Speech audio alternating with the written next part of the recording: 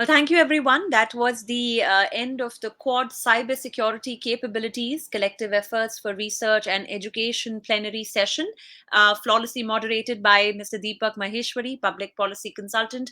And we'd like to once again extend our heartiest gratitude to Ms. Aditi Chaturvedi, Ms. Sonia Arakal, and Mr. Pranay Kotasthane for sharing with us their valuable insights.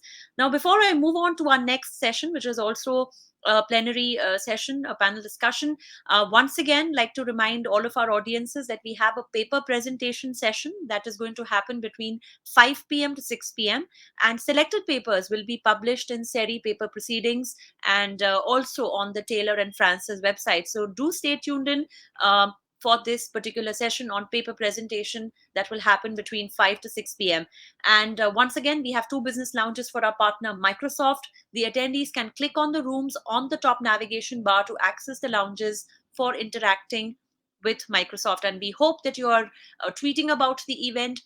You can use the hashtag SERI 2021 and tag us on the national COE handle to tweet about the event, and your experience and feedback is welcome. So please do tweet about the event. So we'll move on to our next session now, which is a plenary session, like I mentioned, on national interventions and programs for security education. Now, to moderate the session, we once again are being joined here by Ms. Rama Vedashree, the CEO of DSCI, and Professor Vijay Varadharajan, Global Innovation Chair in Cybersecurity, University of Newcastle, Australia, will also be sharing with us his expertise and insights. Mr. Rangeet Chaudhary, Principal Research Group Head R&D, Microsoft India, and Professor V. Kamakoti, Professor, Department of Computer Science, IIT Madras, is also on the panel this afternoon. So without any further ado, I'm going to hand it over to you, Ms. Rama Vedashree, to take the session forward from here. Thank you. Thank you. I'll just give it a minute for Professor Kamakoti to come online.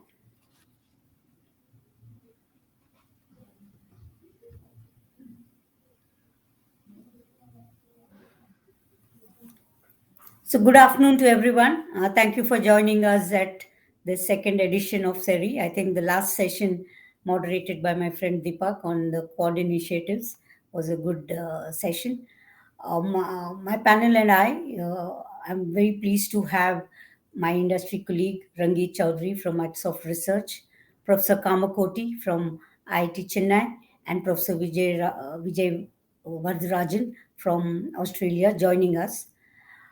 In this session, we are primarily going to look at what is it, given the increased digitization and the new threat vectors and the cyber risks that we are beginning to see, the fast pace of digitization and adoption of emerging technologies.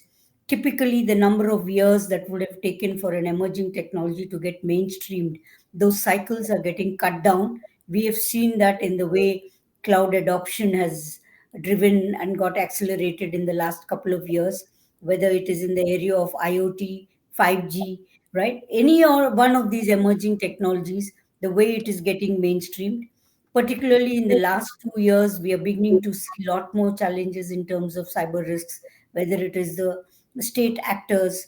We are beginning to see new sectors, whether it's the healthcare or pharma sector, getting targeted, in addition to all the critical information and infrastructure sectors, whether it is financial services, banks, oil and gas. Those sectors were always big targets, any critical information infrastructure.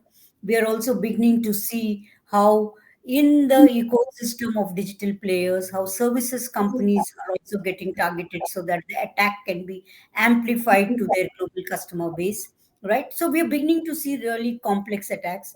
Ransomware as a service is pretty much now mainstream, increasingly new ransomware attacks. The way the dark web is getting exploited by organized cyber criminals. Given all of that, we've had a lot of focus in terms of upping the cybersecurity education programs in most countries. I think we have seen this across all countries and in India. And in India, we've had this information security education awareness program really driving this initiative in the formal education sector and also in other certification programs. A lot of our industry members have been really stepping up on the kind of certification programs, whether it is in the deep dive areas of forensics, information security, in privacy, right? There's a lot that industry certification and training bodies, and of course, formal education institutions. But I think, given the the cybersecurity threat landscape and the new actors and the emerging technologies, whether it is in the area of IoT, the entire wearables in healthcare, right? What is it that we need to do? What is it that we need to do in terms of faculty development programs? What are those new themes on which formal education sectors, the premier engineering colleges, how do we look at building this capacity in tier 2, tier 3 engineering colleges across India? There's a lot needs to be done, and this is one domain in which we cannot work in silos.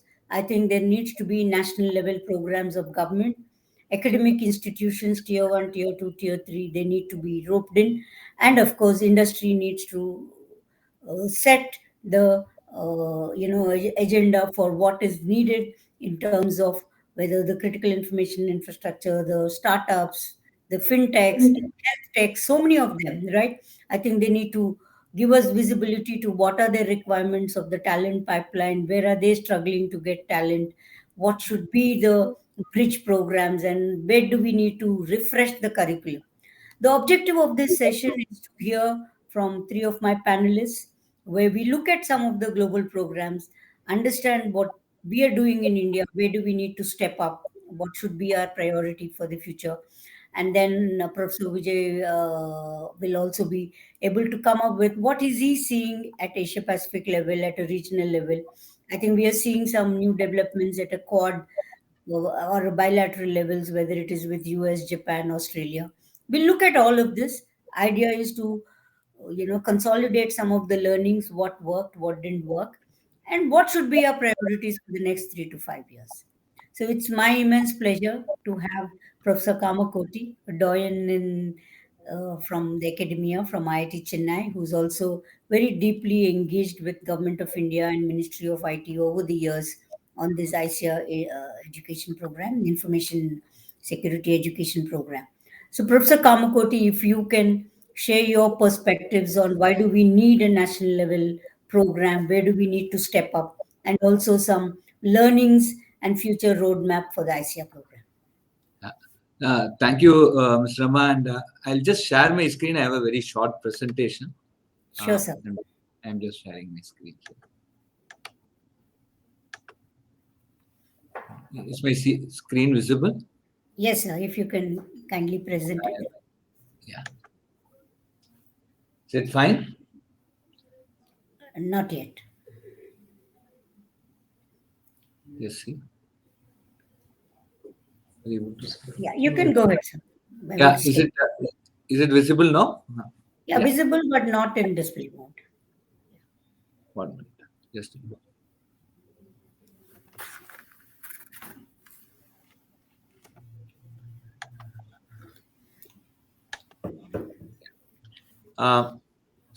Thank you very much. And what I will be doing in the next 5 to 7 minutes, I'll be presenting about one of the very proactive steps the Government of India had taken, specifically to create awareness and capacity building in the area of information security, education, and awareness. The project itself is called ISEA Project. It is funded by the Ministry of Electronics and Information Technology, Government of India. And the objective is to create a multi-institutional platform for large-scale awareness creation and research and development and human capacity building in the area of information security. I will quickly walk through what we have done so far, the learning, and what is the landscape of cyber security education in the country, and also present some what we are going to do in the future. We have now run this program for more than 12 years now, and we are now moving into the phase 3.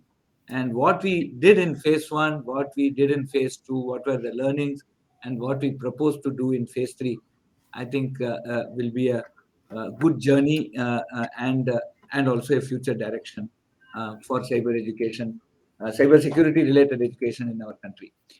So we started the effort in 2002, where we had an interministerial working group to evolve a roadmap for cybersecurity education and awareness in the country. In this way, we are very proactive. And where mobile was just evolving, and we never thought that this is going to become a major threat to any nation. We started this effort around 2003. We had certain recommendations. First thing was education. Always it starts with the capacity building. So we had a mandate for curriculum standardization and actually retrofitting information security courses. Information security as a career was not that interesting at that point of time. And then, so can we just have information security retrofitting many of the existing courses at the MTech and BTech level? And we also wanted to have collaborative HRD in jointly with established partners, both domestically and globally, and also have a PhD program. So in 2005, this got a formal approval with the objective of human resource development in information security in the country, addressing major recommendations of this interministerial working group. So the 2006 to 2014, 8 years, we did the phase one. We networked 39 institutions. Model syllabus was evolved here. And then information security subjects were retrofitted. And then in addition, we had spawned many research activity. We were just learning what are the important things that would crop up, what would be the future of the information security as a career to a student.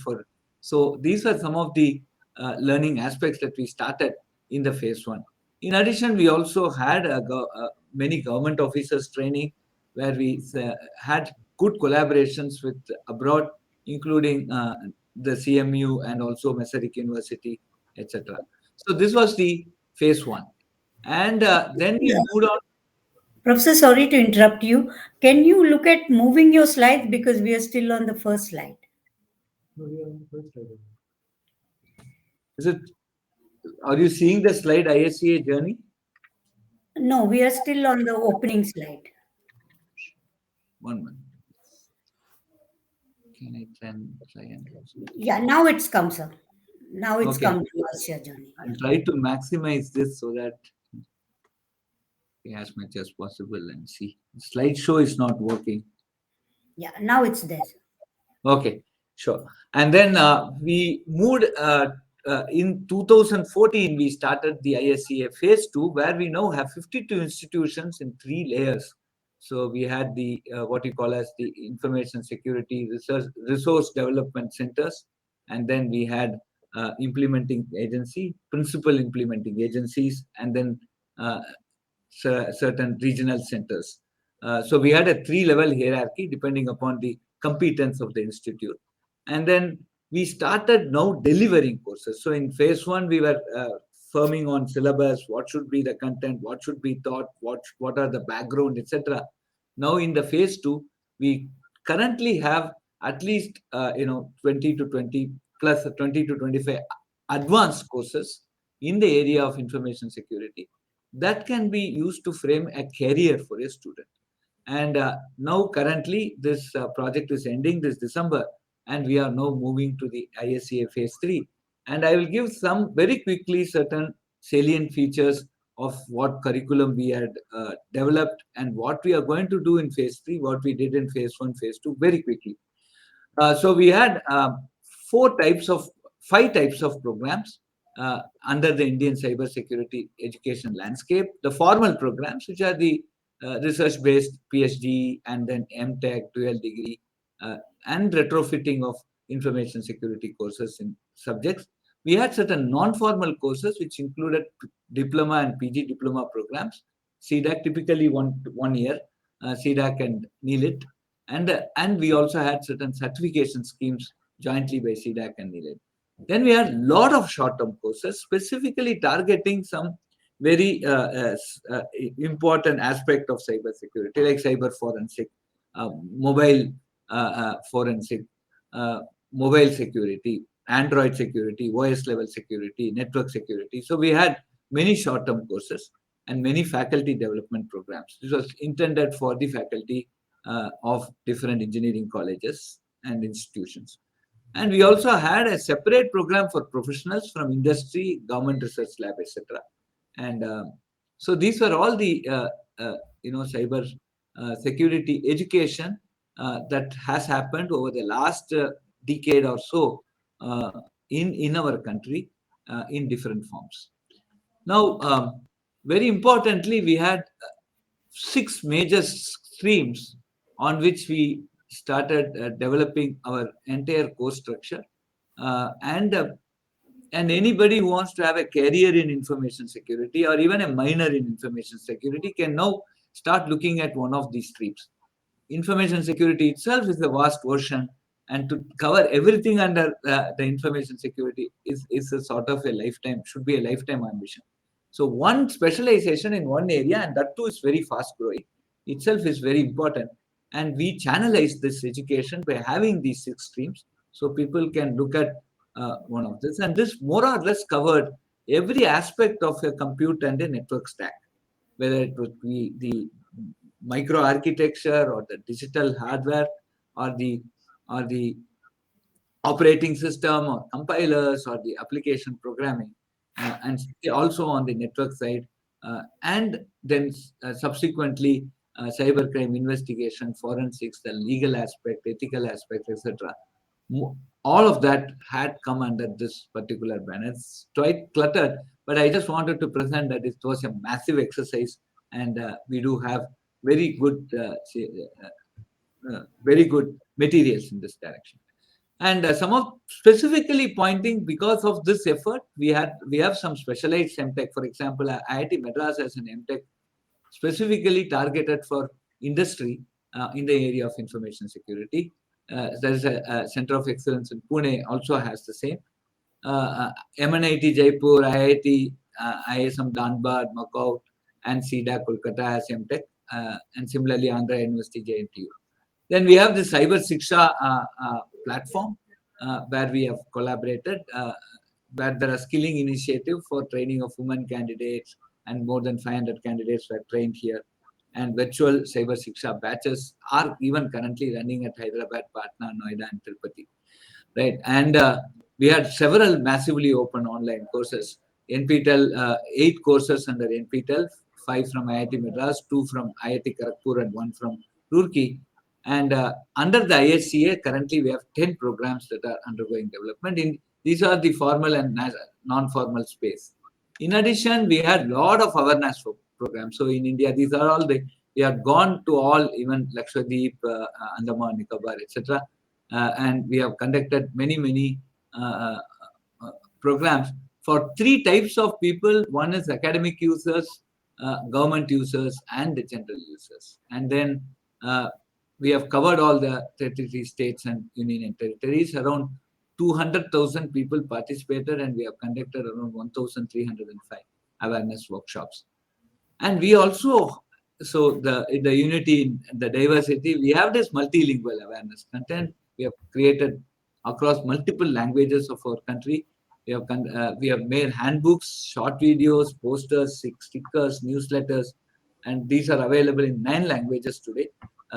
Bengali, Gujarati, Marathi, Telugu, Tamil, Malayalam, Kannada, Oriya, and Punjabi, besides English and Hindi, of course. Now, coming to the last part, in the phase 3, what we have done, in addition to the capacity, capability building, ideation, innovation, and human resource development and national awareness programs that we have done, we are going to have 2 important components, the last that you see at the bottom. One is the centralized infrastructure facility at a national scale, shared across ISEA ecosystem, which will have tool repos, which will have generic sandboxes, it will have cyber exercise platforms, prototyping environment, testbeds, generic databases, datasets, etc. So anything that anybody learns can be put onto this infrastructure, and there will be a massive, quick dissemination of all the learnings. And that is what we are going to create. And in this essence, we will have an ISEA virtual academy framework portal, where we have a one-stop InfoSec platform, resource aggregator, content aggregator, digital proliferation of InfoSec competitions and challenges. We want to conduct multiple grand challenges over the years to come. And this will serve as a complete digital forum and a repository for information security. So this, we believe, is a sort of a culmination of the 10 plus years of effort we have put into a shareable national facility, right? So that uh, anybody who wants to come and start working in the area of information security will not have any resource crunch, and will also have access importantly to data by which they could start this research and go forward. And this is our biggest aim for ISEA Phase 3. And we are very confident that we could have many research groups set up in the country, and also many startups who will deliver products that will be globally competitive. Uh, with this, I'm stopping my presentation. Thank you very much, and then we can take up questions as and when it comes. Thank you very much, Mr. Rama. Yeah. So thank you, Professor, for this initial presentation where you have, walked us through the journey of ISEA across the phases. What were the program objectives, particularly to, spur both research and formal education. And we are aware that more and more engineering colleges have started BTech Cyber, MTech Cyber. The uptake of PhD students in cybersecurity domains across various domains, whether it's network security, forensics, right, hardware security, that has increased. And I do see that ISEA program and Ministry of Electronics and IT has a very ambitious phase 3, which definitely is going to meet the country's and industry's requirements.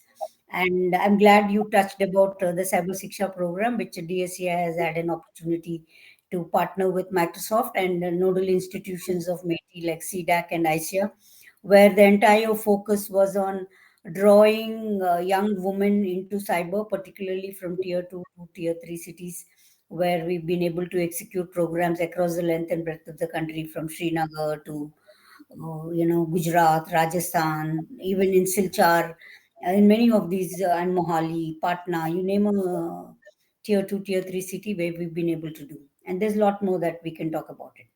So I would like to move to Rangeet, my colleague from the industry, with principal research in Microsoft R&D in Hyderabad.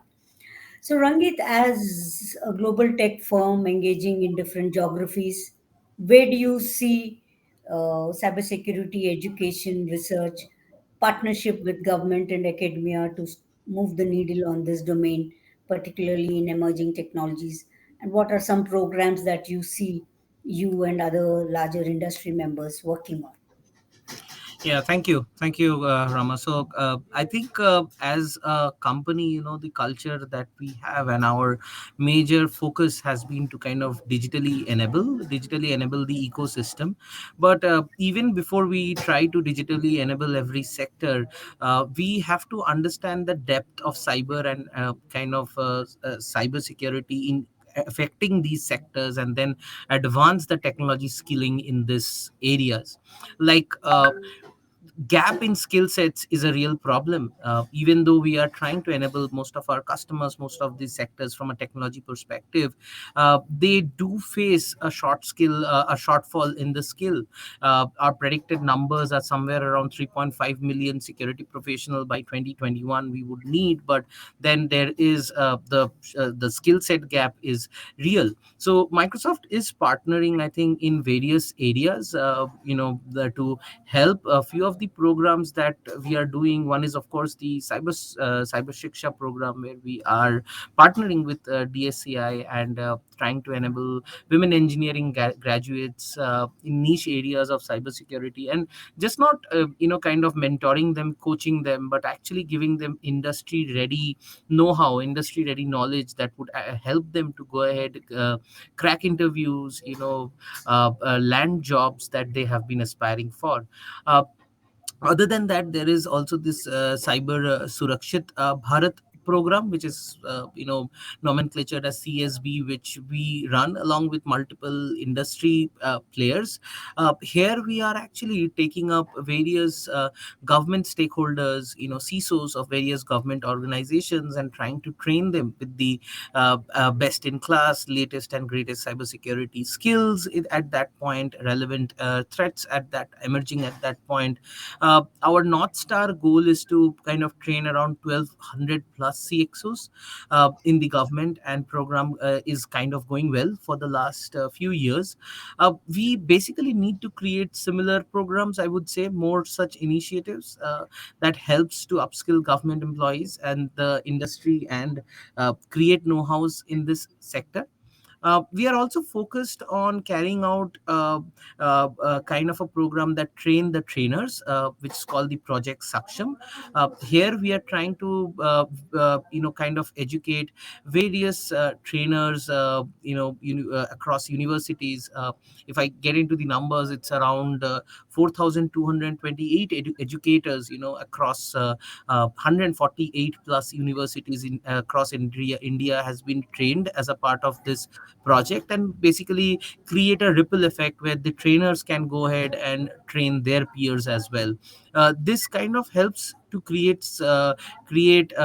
more drive at the ground level, at the grassroots level, because this helps to get these programs directly into touch with our candidates, with the college grads that are passing out from these institutes. So these are some things which we are doing. We are also equally focused at skilling the student community, college students specifically in colleges of under national, which comes under the National Eminence program, which is run by the Government of India in the AI and cloud security space, talking around responsible AI usage, of responsible usage of technology and tech. So all these, so we offer collaborative internship models to students, around to help them join. And then we have impacted over 1.5 lakh students between the time of frame of 2020 to 22, and our North Star is to carry out this program till 24. So that's something which we are doing across industry, and trying to address this problem at the grassroots level to create more skills and address the gap.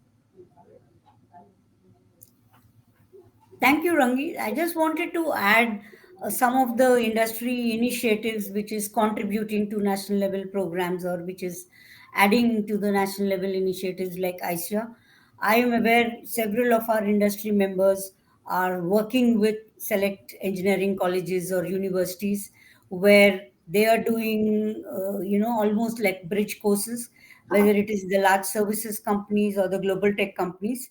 And we are seeing that they picked some institutions maybe where they're based, like for example, I'm aware Tata Communications works with a university in Coimbatore. We are aware of one of our industry members, CrowdStrike, which is working with engineering colleges in Pune.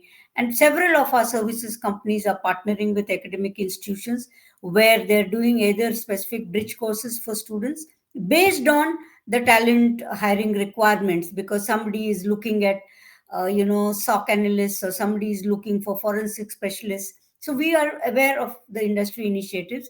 The global training and certification bodies are continuously launching new models, and we believe there is increased uptake in certification across the board among information security professionals. We in DSCI are trying to also roll out larger programs. We've done this CIO strategy training program where we covered almost 500 CIOs in the country on cybersecurity strategy. And we've also covered recently about 100 CIOs and CISOs from healthcare sector. Some of these programs. Another thing that we are focused is similar to Cyber Siksha. We are looking at how do we draw women on break with some experience when they are trying to come back into their second career. Can we draw them into the domain of privacy and cyber? So we are doing a focused Women on Break program on privacy. And I think our CCITR in Bangalore, we are doing some very advanced forensic training programs for officers in defense forces and law enforcement. But collectively, I think a lot more needs to be done, and that's the discussion. Thanks for having, Professor Vijay Varadharajan joining us, who's the principal, Department of Computer Science from Australia, from the Newcastle University. I think he's had some challenges. Thank you for joining us. So, if you can share, Professor Vijay, when you're looking at various geographies in Asia Pacific and in Australia, what are you seeing as national priorities in capacity building, and what are some programs that are being driven by government, by academia, or in partnership with industry, and what do you think should be future priorities where we can step up this cybersecurity education? Okay, thank you. Thank you very much. I'm delighted to be here, part of the panel. Sorry for the delay, that I had some technical issues. I think given the current geopolitical situation and the subsequent to pandemic, there's been, I think, a greater realization in countries for self-sufficiency, which probably was there to some extent, maybe more in India than countries like Australia and Asia Pac. So I think there's an increased imperative at the moment in countries like Australia to be self-sufficient in certain critical technologies sector. And those critical technology sector for us in Australia at the moment is manufacturing, and of course cyber comes because of the geopolitical situation. So one of the things I'm seeing heavily interested from at least the federal government is advanced manufacturing and supply chain security. That is an area of tremendous interest at the moment. The second area, perhaps, it was the first area before the pandemic, and it's got an increased emphasis now, is of course, the critical infrastructure. So, as you know, different countries have taken prior to pandemic different attitudes regarding critical infrastructure, particularly over the 5G sector and 5G and beyond. And Australia was one of the early countries which was early enough to take precautions and to put some restrictions, and then which was followed by US and UK. So critical infrastructures and supply chain security, which is now overtaken with respect to self-sufficiency. And in this context of supply chain, advanced manufacturing is an interest, is a key area. So those, I would say, are probably the three areas. But the other thing which has always been a focus in a country like Australia, also in Asia Pac, and I presume in India as well, given that much of our economies are primarily driven by SMEs, or what you call in India micro or MSMEs. So in that sense, for instance, in Australia, we tend to think something like about 92 to 94% of our economy is driven by SMEs. So there's a great interest in the Australian circles to enhance the capability of cyber capability of SMEs. So both state government and federal government are having several initiatives there.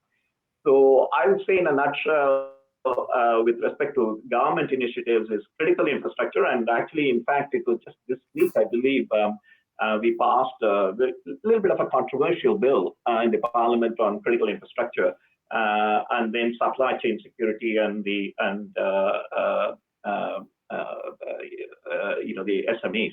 The critical infrastructure bill that was passed last week it gives the federal government the ability to, it has identified certain critical sectors. For instance, university is a critical sector, apart from the cloud providers and the usual telecom infrastructure, telecoms and utilities.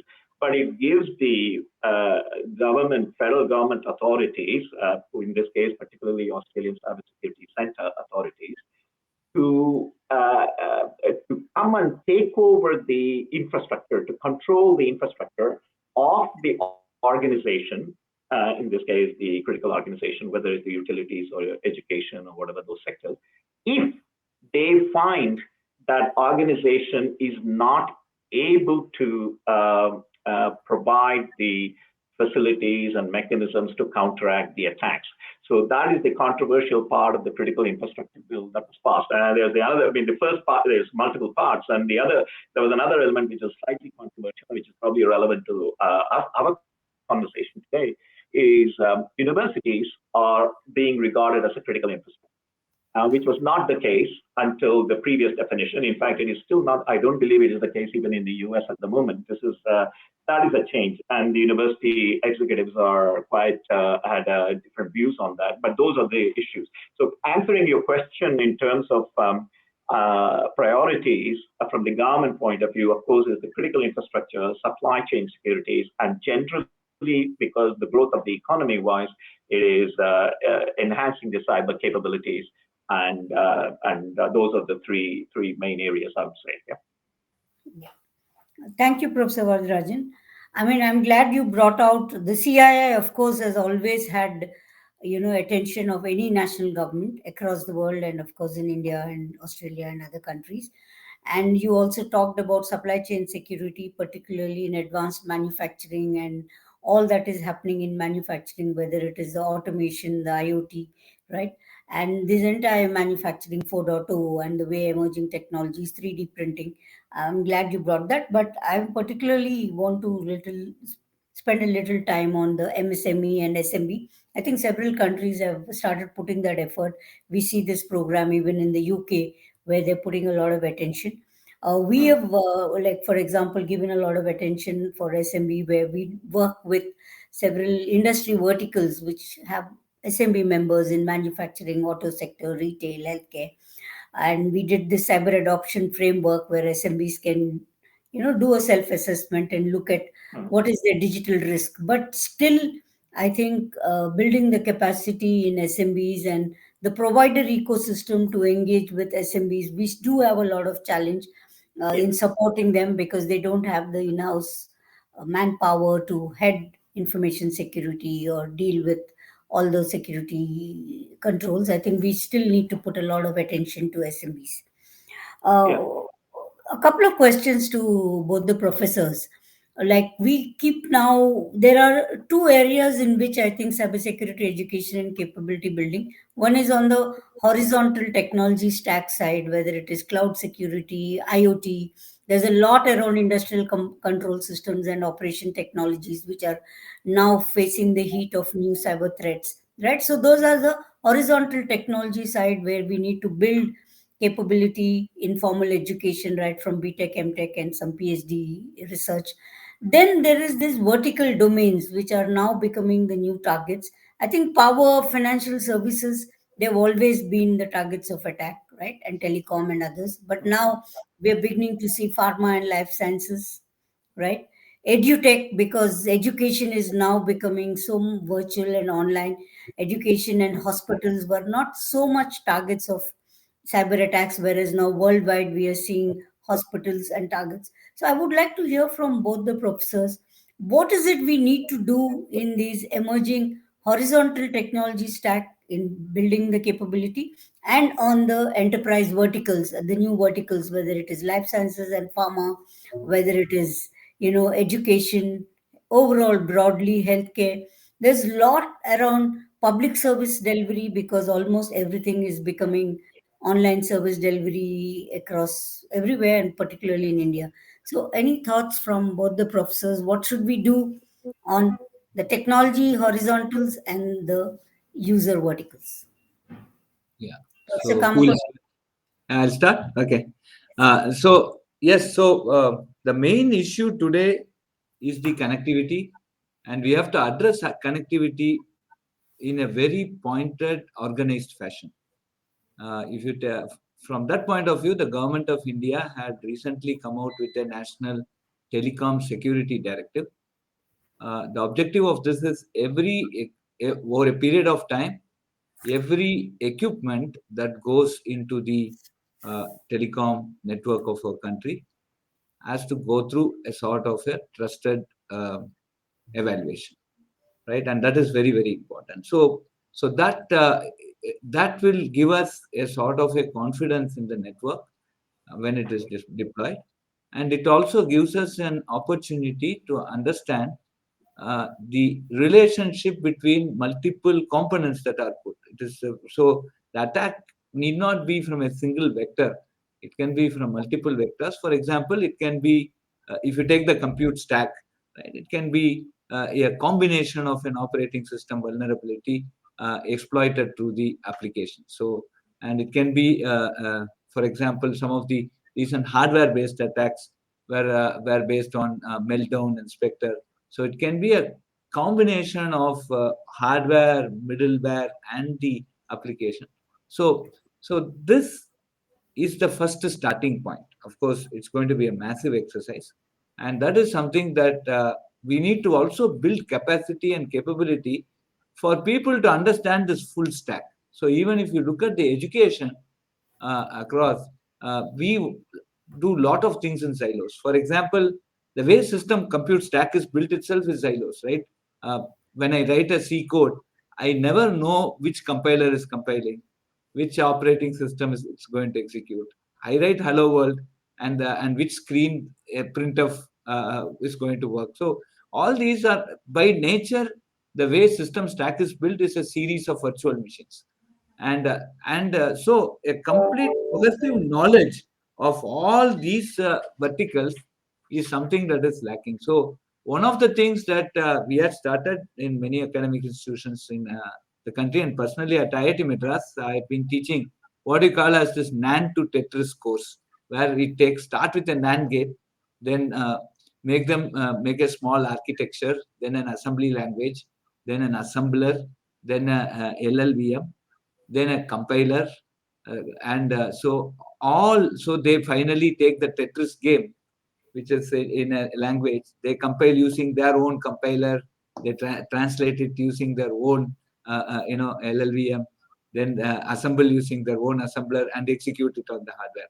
This type of a holistic knowledge of the entire system stack must be given. This is on the horizontal side, and that is very, very important today. And because of this, what you call as cross-layer attacks that we are seeing.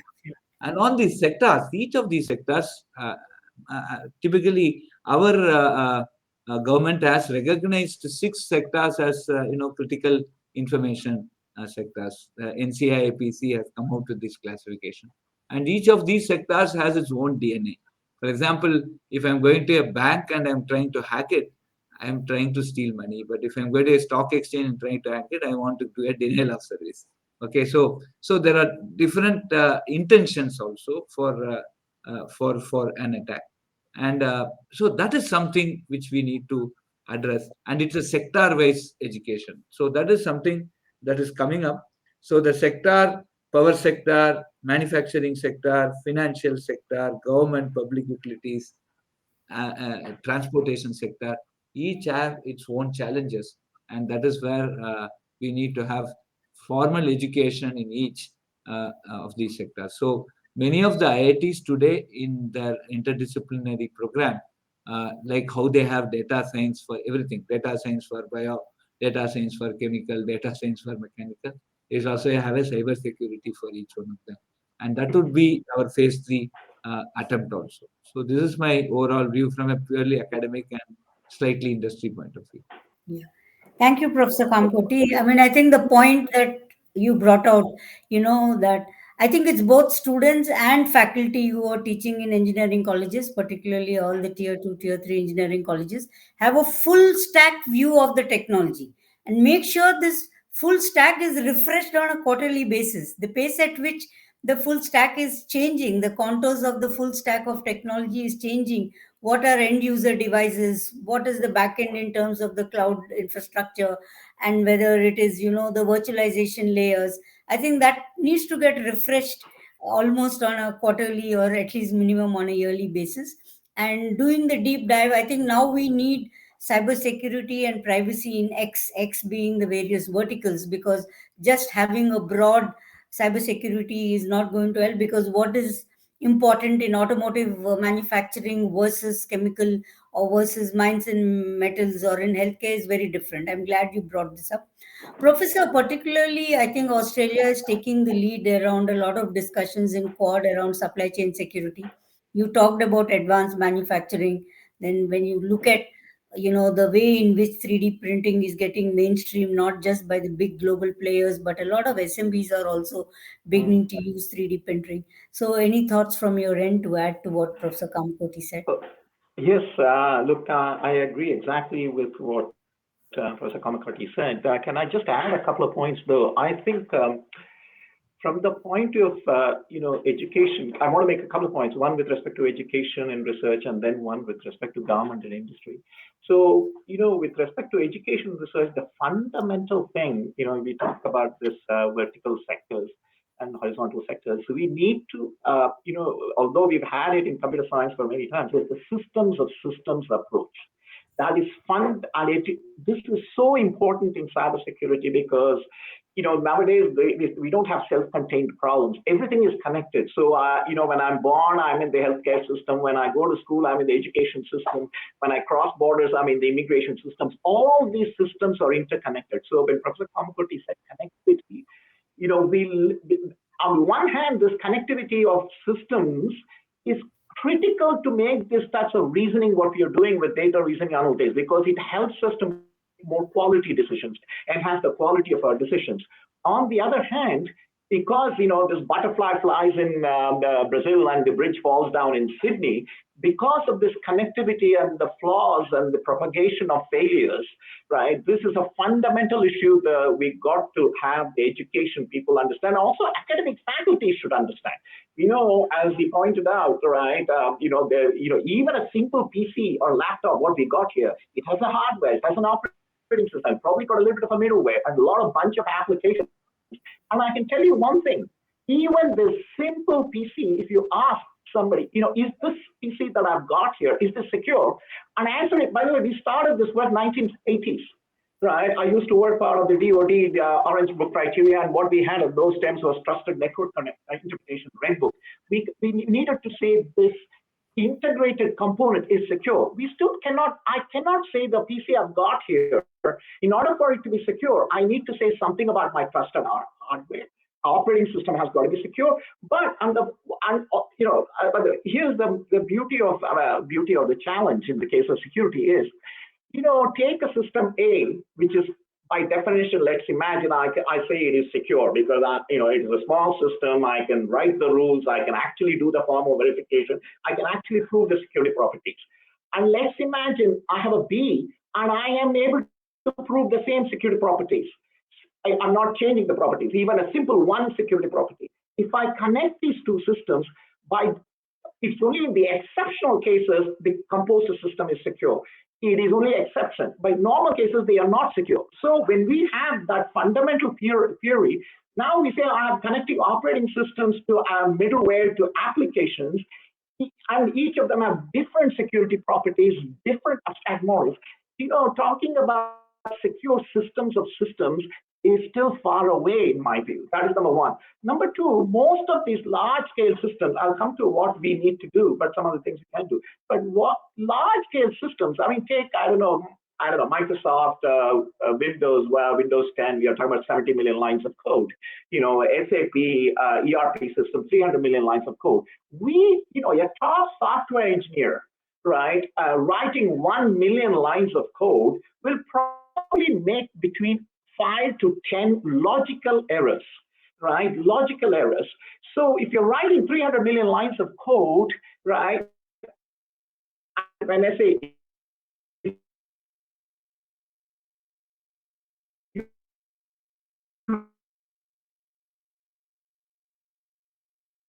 correct software is difficult, let alone secure and trusted software. So there are some fundamental challenges in education and research. Now, I just want to, with respect to one of the things we need to do is to not only enhance the capability of the skills in these areas, but also what we need to do is we need to provide an ecosystem which gives an incentive for product manufacturers to include security. This is an old problem. It's a chicken and egg. Customers prefer features, and therefore we give features. That's the usual mantra of corporations.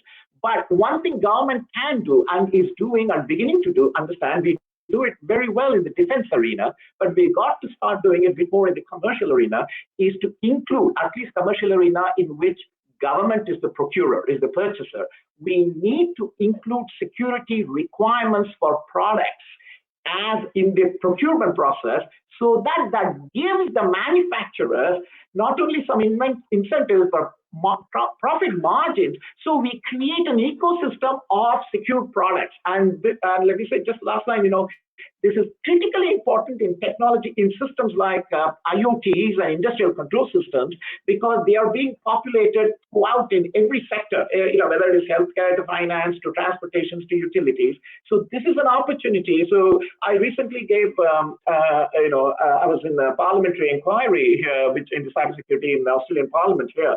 And one of the things I believe in the IoT sector, every country is beginning having guidelines and de facto, standards. But what we need is to add some, make sure that the procurement of products for civilian use has got this security, and therefore it enables to create this ecosystem of security products, which is the need if we go to the fourth generation industrial IoT and so on and so forth. I think that is the government can do, should do, and with respect to education, I think there is an onus on us as academics as well as for our students to ensure that they understand the systems of systems of systems of systems. Yep. So full technology stack and have a systems of systems approach. I think two key points. Yes, Professor. Yeah. So I have a thanks. I think both of us reflect that systems. This I know the passionate answer that Professor Vijay said. Yes, system engineering is becoming very important. And this contest, I have a question for Ranjit, right? So Ranjit, from the Microsoft, right? So always we see these job descriptions that we see for our campus placement, etc. Right? We see VLSI design engineer like that, but yet we are seeing information security engineer. Is there some portfolio that you are all creating? You have, and what sort of career? So if that would be very good for the people who are watching this, especially young people. What is the career prospect in, say, Microsoft research that you have, and how is this job of an information security engineer comparable to a developer, right? So if you Correct. can, yeah. Yeah, I think great question. And specifically, the group which I had in Microsoft is the group is called the Defender Experts. So Microsoft has this portfolio of Defender product suites. Now that portfolio requires basically threat researchers, people who are well versed in the industry, as well as people who are fresh minds, fresh thinkers coming out of colleges to come here, solve complex problems, or look at different ways of exploiting or kind of understanding how different exploits are run in the environment. So that is that group that creates those softwares. So coming to the information security engineers, yes, we hire from the colleges. The particular job description related to that is mostly under threat researcher. We call them as threat researchers because this field is requires research every day. Like I heard Professor Vijay talk about around creating systems of systems. So there is a concept of zero trust, which has been fairly prevalent. Now actually researchers are moving a little bit away from zero trust, and the new concept is gaining trust, basically. So we no longer kind of want to believe or even create a zero trust model. We want to create a model where you have to gain trust. So different types of concepts, frameworks are being thought about, and these are essentially, we have seen that people even like 5 year in the industry or coming out of colleges, they have this great thinking and great ability to innovate, because they don't come with a very secure, set pattern. And as a result of which we are targeting quite a few sectors, specifically colleges which have, the IITs which have programs running. There are colleges coming under the Government of India initiative of I think universities of national eminence, like the Gujarat Forensic College that has come recently under the NFSU, University of Forensic Tech, National Forensic University.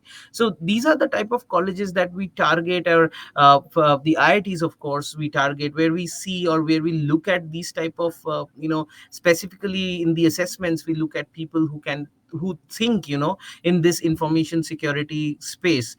Information security engineer is a very big genre, especially we are looking more into the threat research type of things, where we are seeing original research being done. No, but I think I want to add to the question Professor Kamakoti said. I think his question leads me to believe that we in the industry need to do a better job of communicating what are the new job roles for which we are hiring. Because I think each industry is hiring. It's not just they're looking at a fresher level broadly saying computer science or software engineer. I think that is the perception that we as an industry, whether it's the large services companies or tech companies or startups, that we are hiring only software engineers and application developers. That seems to be the perception, whereas actually the job roles, even at an entry level, are becoming very nuanced. When we did a survey 6 months back, Professor Kamakoti, on just all the published openings of industry members, we came up with almost 30 different job roles, even at a fresh level. I'm not looking lateral. Lateral hiring anyway are very specialized hiring. And the kind of job roles that are being opened up in the product engineering community, product, R&D divisions versus services companies. Services companies are also looking at very niche job roles. I think we need to do a better job of mapping what is the new hiring patterns with standardized job roles and descriptions so that academia can do a better job of it. So Yeah, I I think think there is. Rama, I think I want to add one thing that this gives us another idea. In the ISEA Phase 3, we should have a placement center also, where yes, Yeah. sir. people with these competence can enroll themselves, and companies can look at the database, and probably Rangit will hire some 10 That's a people. that's a great idea, and I think in ISEA Phase 3, industry bodies like DSCI, ISEA program coordinators like you, government, we should do a better job of Yes. attracting more talent pool. Whereas I think still the talent pool is probably going towards data sciences, AI, or getting into other streams. How do we get them to the cybersecurity? I think we still have a lot of job on that. Can I, Perce- can I make perce- Yeah. Perception is the one that we need to create in that. So we have one Can I just say, question. Yes, Professor, if you can wrap yeah, up. yeah, just a couple of points, the quick ones. On the one thing about, the perception that you said it is going to data science and AI. I think the fundamental, even, here's the thing which we should really make it, bit more explicit. With AI, data science, do we actually trust those algorithms? How do we know that we cannot cheat? That AI algorithm is not being cheated. That is, I think, the intersection of cyber and AI is probably the hottest area in town. People should get into. That's number one. Second thing, can I just say, for the last 2 years, you're right. Absolutely, I agree with Mr. Rangi. I've been sat on several panels on the zero trust. I do not believe in trust, zero trust. Yeah. You cannot, here is the challenge. You cannot design a secure system or even systems, not even a system, but secure systems and systems without resorting to some form of trust. If you have no trust at all, I know what they mean by zero trust in the context of industry, but I have challenged so many people. You cannot design a secure system if you do not have trust. Believe you me, there will always be a God somewhere there if you go back recursively. The third thing, I think there is one thing I want to say, with respect to job roles, we use there is this thing called, I forgot the actual acronym, it's called SFIA, something like that is a framework. I think it is based, but it comes from the UK. But they define, this is the thing we use for accreditation. There are about 20, 30 job roles in the case of security itself. I think it's for different, it has multiple levels up to level 7 or something like that. That is one of the quality framework, which we're beginning to use now. That may be of interest. So, Professor Vijay, we have done that. NASCOM Future Skills team and DSCI have taken a shot at the career roadmap where we've identified 30 job roles and 7 levels, and we are continuously refreshing that. So, I think in closing, we are running out of time. There's one question that is there. Maybe it's just a pointer to Professor Kamakoti. Is there any opportunity doing collaborative research between academia, industry in ISEA Phase 3 for faculty of government engineering colleges? So they Of want to course, be able to collaborate. I'm sure plenty, that is baked plenty, into the roadmap. plenty. Plenty. So I will also point out to the ISCA PMU site, right? So now just Google on ISEA PMU. So you'll get a site. So that is the starting point, and there all the informations are there. And we will be running a FDP, specifically faculty development program. That will be the starting point. Start attending those, and certainly there is a very large chance of us jointly doing some research work. Yeah. So just to wrap up, for international collaboration as well, Kamakoti. Yes, of course, of course there is, and we also have the Institute of Eminence that has been announced for multiple IITs and NITs. So in that context, internationalization is a very important concept, and certainly there's a lot of international collaboration, and we will see you. Sure. So if I may wrap up, I think it was an excellent discussion. Just to wrap up, I would say we definitely need to step up our cybersecurity education programs at a country level. We cannot work in isolation as academia, industry, and government. We cannot work in isolation in silos as India. We need to collaborate with other partner countries which are stepping up on their cyber education. And if there is some learning, so that we don't reinvent the wheel. I would personally say some emerging technologies, whether it is IoT, 5G, SCADA security, and some of the AI, and how do we address the weaponization of AI, and so that AI can get leveraged better in other verticals and including cybersecurity. And I would say, given the hybrid and multi-cloud adoption across the world, how do we put a little more focus on cloud and this entire thing on quantum and post-quantum and cryptography? I think these are some areas, and we would look forward to Professor Kamakoti to take a lot of feedback from industry when he's driving the phase 3 of ISEA. Thank you. Thank you, Rama. Sure. Thank you. Thank you. Thank you. Thank you. We have a wonderful discussion.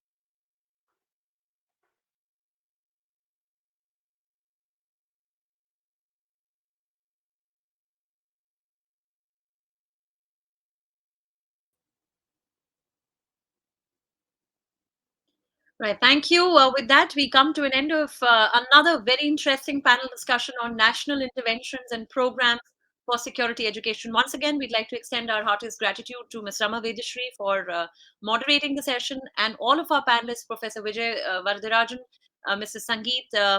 Mr. Rangeet Chaudhary, Professor V. Kamakoti, for sharing with us your valuable expertise.